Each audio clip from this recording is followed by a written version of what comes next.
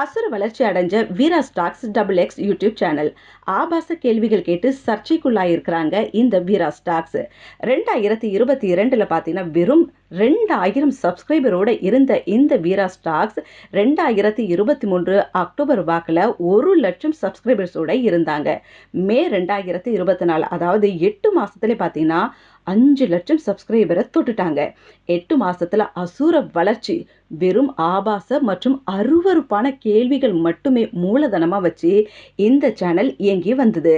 இப்போ அந்த சேனலோட உரிமையாளர் மற்றும் சேனலோட பிஜே ஸ்வேதா இவங்கெல்லாம் கைதாயிருக்கிறதால பல பேர் என்ன சொல்லியிருக்கிறாங்கன்னா, இந்த சேனலோட யூடியூப், இன்ஸ்டா, எஃபி பக்கங்களை எல்லாத்தையுமே முடக்கணும்ட்டு அப்படின்னு சொல்லியிருக்கிறாங்க. ஒரு விஷயம் சமுதாயத்தை சீர்படக்கூடிய விஷயமா இருந்தால் மக்கள் ஏற்றுக்குவாங்க.